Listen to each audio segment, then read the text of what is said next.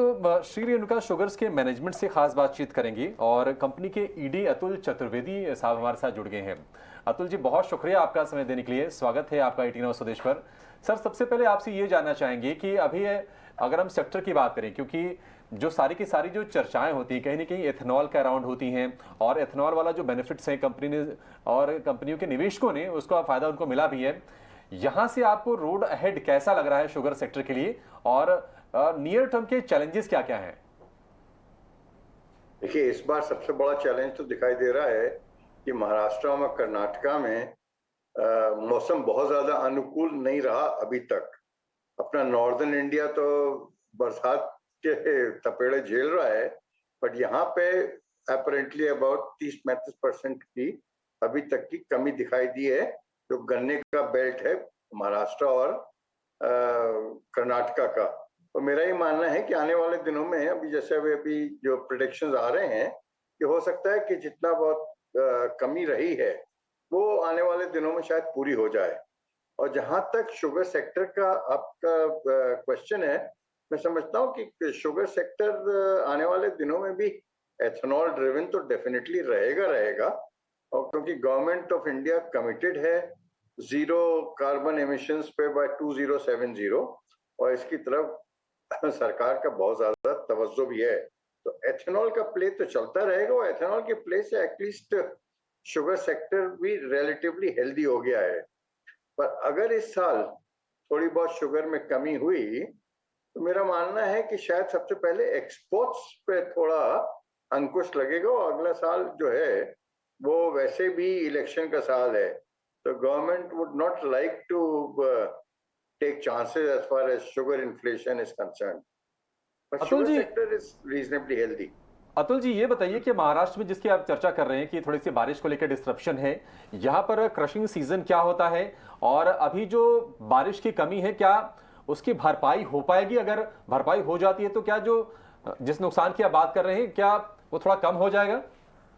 और डेफिनेटली अभी तक तो हम लोगों ने नुकसान का कोई जायजा नहीं लिया है, और जैसा प्रेडिक्शन आ रहा है कि आने वाले दिनों में हो सकता है कि बरसात की जो कमी है वो पूरी हो जाए।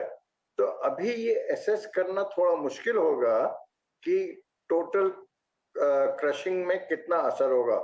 और नॉर्मली अपना ये कर्नाटका और महाराष्ट्र में जो क्रशिंग है मिड अक्टूबर से चालू होती है नए सीजन की।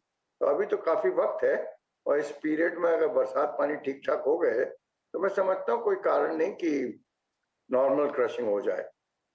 Chaturvedi ji, good morning. आप जब पिछली बार हमारे साथ जुड़े थे तब आपने बिल्कुल कन्विक्शन के साथ ये कहा था, शुगर एक्सपोर्ट का अभी आपने जिक्र भी किया, और तब भी आपने कहा था कि शुगर एक्सपोर्ट जो है वो अलाउ नहीं होगा। इस वक्त अगर रेनफॉल डेफिसिट की सिचुएशन देखें और उसी के चलते हमने लोअर प्रोडक्शन के सिनेरियोज भी देखे हैं, अब ये केस और ज्यादा स्ट्रांग हो जाता है, क्या कहेंगे आप? और साथ ही शुगर के प्राइसेस को लेकर रिटेल कैटेगरी में किस तरह के स्टांस आगे दिखेंगे?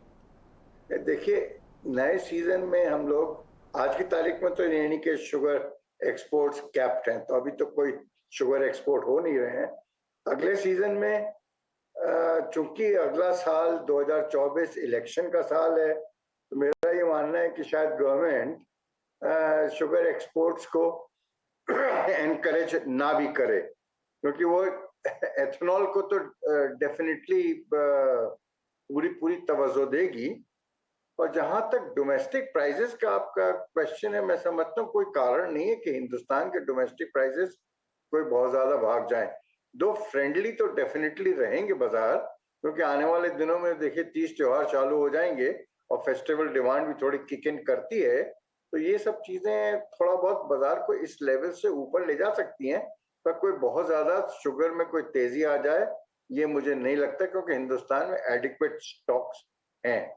और मैं तो ये भी मानता हूं कि शुगर एक अकेली ऐसी कमोडिटी है अपार्ट फ्रॉम एडिबल ऑयल, जिसने कि इन्फ्लेशन को कुछ हद तक या काफी हद तक फूड इन्फ्लेशन को चेक किया हुआ है। मैं समझता हूँ इसमें कोई बदलाव आता हुआ दिखाई नहीं दे रहा।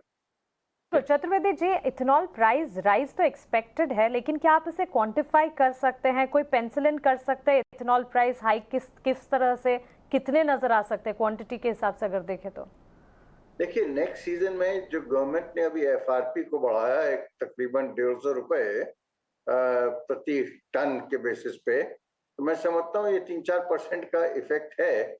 और चूंकि अभी जो डेल्टा है between sugar price and ethanol वो थोड़ा श्रिंक हो गया है, तो इसलिए वो जरूरी है गवर्नमेंट को कि थोड़ा एथेनॉल के प्राइस को बढ़ाए।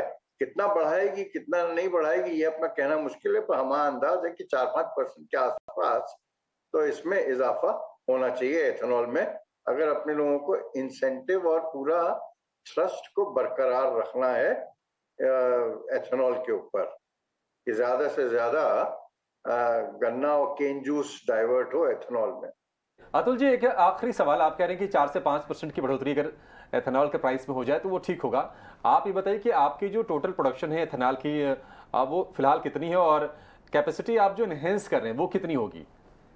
देखिए हम लोगों की ओरिजिनल कैपेसिटी जो थी before we took the expansion वो 720 किलोलीटर्स पर डे थी। अब वो बढ़ के हम लोगों की मार्च में हम लोगों ने कमीशन कर दिया है 1250 केएल पर डे की हो गई है। तो मैं समझता हूँ आने वाला साल हम लोगों ने जैसे लास्ट ईयर तकरीबन 19 करोड़ लीटर के आसपास हम लोगों ने सप्लाई किया था।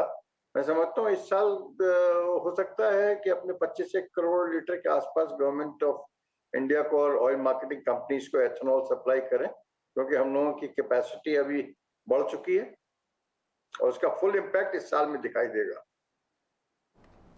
ठीक है अतुल जी, बहुत शुक्रिया आपका समय देने के लिए और शुगर सेक्टर पर एथेनॉल को लेकर और इस इंडस्ट्री के डायनेमिक्स किस तरह से आगे चेंज होते हुए दिख सकते हैं उस पर अपना नजरिया हमसे साझा करने के लिए। एक बड़ी खबर आपकी स्क्रीन पर, आज सुबह 10:30 बजे कैबिनेट की बैठक होगी। हालांकि कैबिनेट की बैठक में एजेंडा क्या है इसके बारे में भी हम डिटेल्स आपके सामने लाने की कोशिश करेंगे, लेकिन मानसी निश्चित